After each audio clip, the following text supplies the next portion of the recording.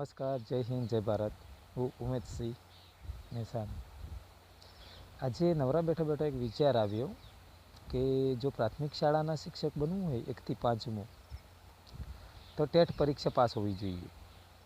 TET મતલબ teacher eligibility test. એ જ પ્રમાણે જો તમારે 6 થી 8માં શિક્ષક બનવું હોય તો એના માટે ટેટ 2 પાસ હોવી જોઈએ, ફરજિયાત.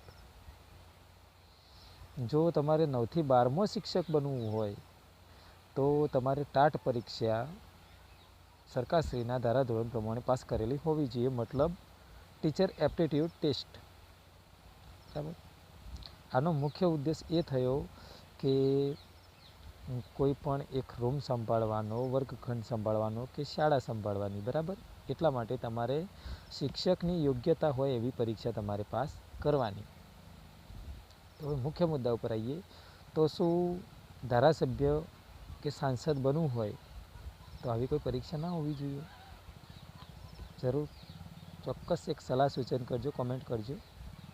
આ વિડીયો બને એટલો શક્ય હોય એટલો શેર કરજો. બસ અસ્તુ. જય હિન્દ, જય ભારત. મળીશું નવા અંદાજમાં.